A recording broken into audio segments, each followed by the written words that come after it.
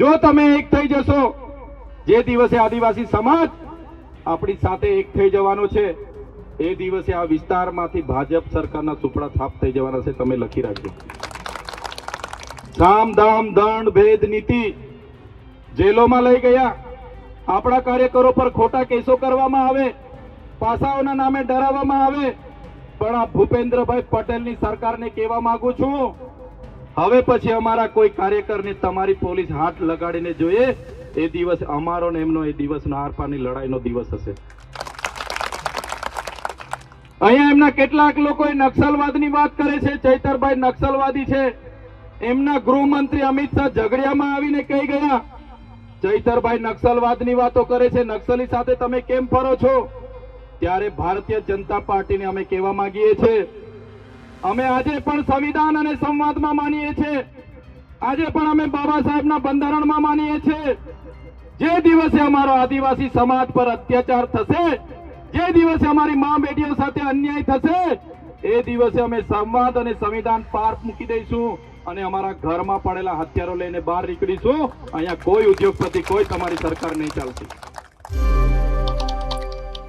ડેડિયાપાડાના ધારાસભ્ય ચૈતર વસાવા આમ તો આપણને અનેકવાર ભાજપને લઈ અને નિવેદનો આપતા જોવા મળે છે, આક્ષેપો કરતા જોવા મળે છે, પરંતુ હવે ચૈતર વસાવાએ સીધી જ ચેલેન્જ કરી દીધી છે મુખ્યમંત્રી ભૂપેન્દ્ર પટેલને. અને ચૈતર વસાવાએ અમિત શાહના એક નિવેદનને લઈને પણ જવાબ આપ્યો છે અને હવે આ વાતને લઈ અને ક્યાંક ને ક્યાંક રાજકારણ પણ ગરમાયું છે. સમગ્ર બાબતે વિગતે ચર્ચા કરીશું. નમસ્કાર, હું છું ઉજ્જવલ અને આપ જોઈ રહ્યા છો નિર્ભય ન્યૂઝ.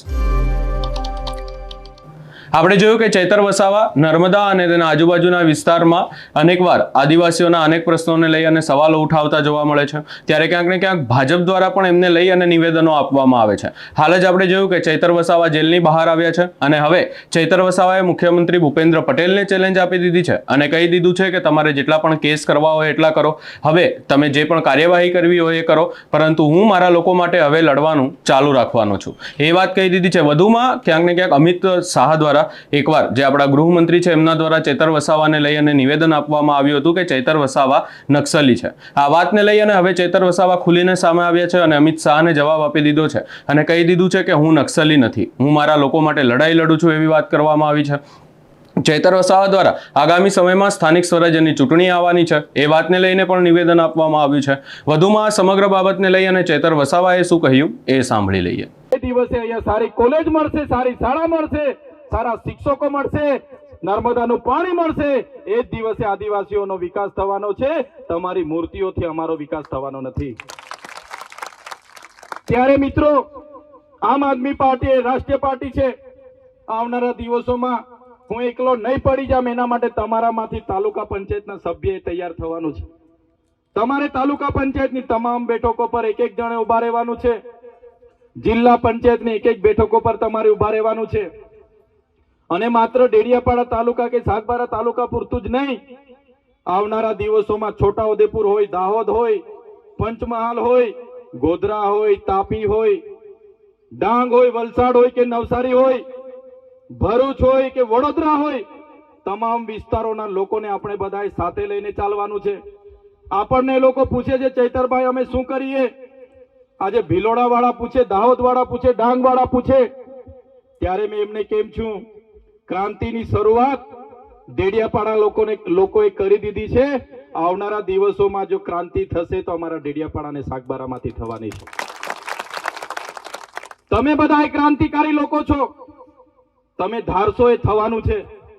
તમે વિધાનસભામાં ધાર્યું તો આપણે કોઈને એક બિયરના પૈસા નથી આપ્યા કે કોઈને એક બાટલીના પૈસા નથી આપ્યા, કોઈને આપણે કોઈ જાતના પીવાના પૈસા નથી આપ્યા, નથી લોકસભામાં આપણે કોઈને દારૂ પીવાના પૈસા આપ્યા. પછી પણ તમારી બધાની રાત દિવસની મહેનત, તમારી એકતા, નિષ્ઠા, આટલા મત આપણને મળ્યા છે. એવી જ મહેનત તમે તાલુકા અને જિલ્લામાં કરી લેજો.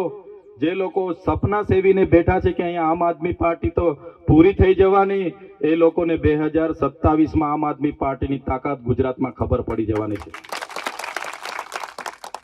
27 બેઠકોને બીજી પ્રભુત્વ ધરાવતી ટોટલ આપણી 44 વિધાનસભાની બેઠકો છે. જો તમે એક થઈ જશો, જે દિવસે આદિવાસી સમાજ આપણી સાથે એક થઈ જવાનો છે, એ દિવસે આ વિસ્તારમાંથી ભાજપ સરકારના સુપડા થાપ થઈ જવાના છે. તમે લખી રાખજો.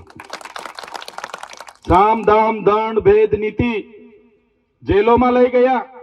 આપણા કાર્યકરો પર ખોટા કેસો કરવામાં આવે, પાસાઓના નામે ડરાવવામાં આવે.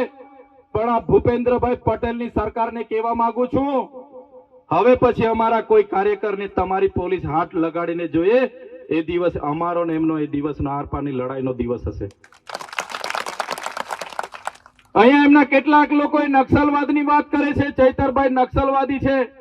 એમના ગૃહમંત્રી અમિત શાહ ઝઘડિયામાં આવીને કહી ગયા, ચૈતરભાઈ નક્સલવાદની વાતો કરે છે, નક્સલી સાથે તમે કેમ ફરો છો? ત્યારે ભારતીય જનતા પાર્ટીને અમે કહેવા માંગીએ છીએ, અમે આજે પણ સંવિધાન અને સંવાદમાં માનીએ છીએ.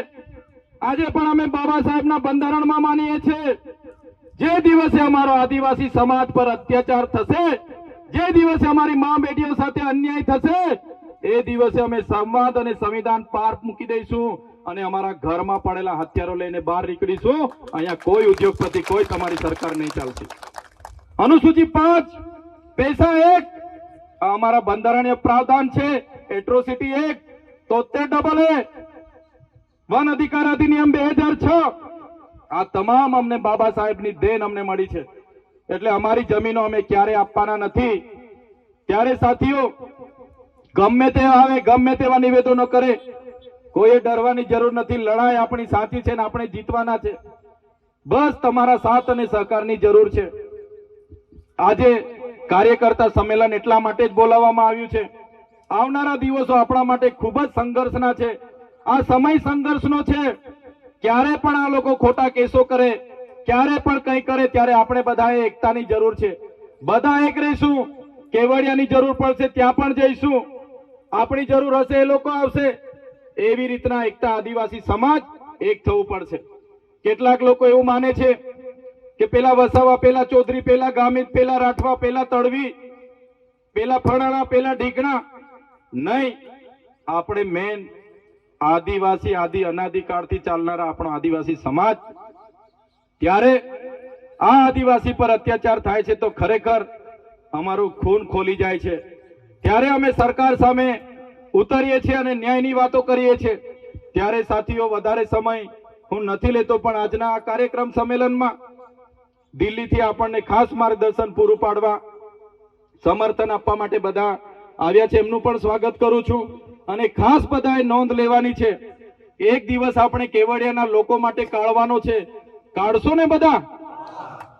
એક દિવસ કેવડિયાની મા દીકરીઓ માટે આપણે બધાએ આપવાનો છે. આપશો ને બધા? આપણે એમના સમર્થનમાં 22 તારીખના ગુરુવારના રોજ 10 કલાકે બધાએ કેવડિયામાં હજારોની સંખ્યામાં પહોંચવાનું છે. ત્યાં બધા લોકો ભેગા થઈને એકતા બતાવીને આવેદનપત્ર આપવાનું છે. અને દિન 15માં જો એનું નિરાકરણ નહીં આવે તો પછીના કાર્યક્રમો, જે પણ રચનાત્મક કાર્યક્રમો આપવાના થશે તે અમે તમને આપવાના છે. પણ આજના આ કાર્યક્રમમાં તમને ખાસ મળવાનું થયું.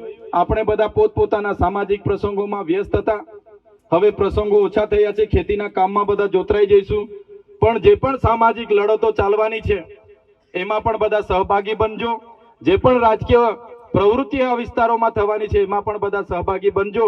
એ જ સૌને વિનંતી કરું છું.